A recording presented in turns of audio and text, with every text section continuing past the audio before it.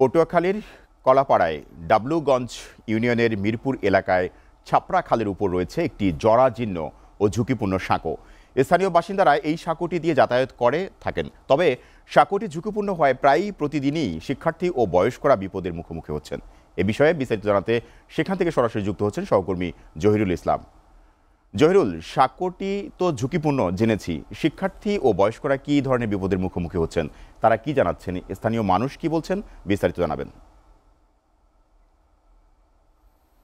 সোহেল সোহেল আসলে আমরা এখন দাঁড়িয়েছি যে জায়গাটি, যে কলাপাড়া উপজেলার ডাবলুগঞ্জ ইউনিয়নের একটি প্রত্যন্ত অঞ্চল। এখানে কিন্তু আপনি জানেন যে যে ঘূর্ণিঝড়ের সময়টা এই এলাকার মানুষ কিন্তু অত্যন্ত ঝুঁকিপূর্ণ অবস্থায় থাকে এবং এখানকার মানুষের দীর্ঘদিনের যে জীবনের সঙ্গী হিসেবে ঘূর্ণিঝড় নিয়ে তারা বেড়ে ওঠে এবং ছোটবেলা থেকে একদম বৃদ্ধ বয়স পর্যন্ত তারা কিন্তু ঘূর্ণিঝড়ের সাথে লড়াই করে বেড়ে ওঠে। সেই ক্ষেত্রে এই এলাকার যে যোগাযোগ ব্যবস্থা গত সরকারের আমলে তেমন একটি পরিবর্তন হয়নি।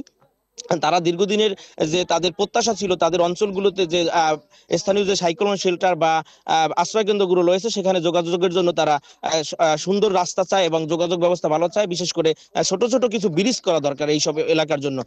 আমরা এমন একটি জায়গা আজকে এসেছি, এখানে ডাবলুগঞ্জ এলাকার মিরপুর এবং ডাবলুগঞ্জ গ্রামের যে সংযোগ সেতু, সেখানে কিন্তু এই আপনি দেখতে পাচ্ছেন যে কাঠের একটি জরাজীর্ণ এবং ঝুঁকিপূর্ণ একটি বাঁশের সাঁকো, গাছের সাঁকো দিয়ে তারা দীর্ঘদিন পারাপার করছে এবং এই সাঁকো দিয়ে কিন্তু ওপারে কিছু বয়স্ক লোকজন বসা আছে। তারা কিন্তু বছরের পর বছর তাদের জন্ম থেকে মৃত্যু পর্যন্ত এই রকমের বাঁশের সাঁকো দিয়ে তারা পারাপার হচ্ছে।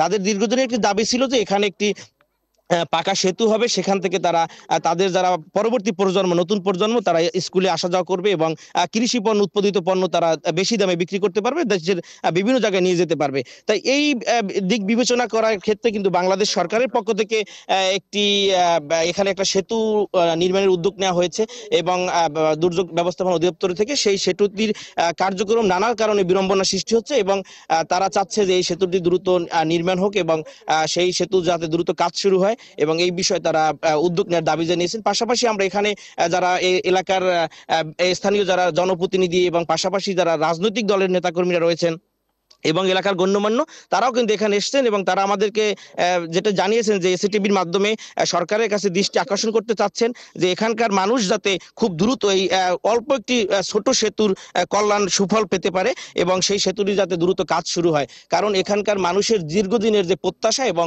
তাদের এই সেতুটি হলে তাদের কিন্তু যে দীর্ঘদিনের যে কষ্ট লাঘব হবে এবং তারা সরকারের কাছে আকুল আবেদন জানিয়েছেন এই বিষয়টি দ্রুত সেতুটি নির্মাণের দাবি জানিয়েছেন। রানা।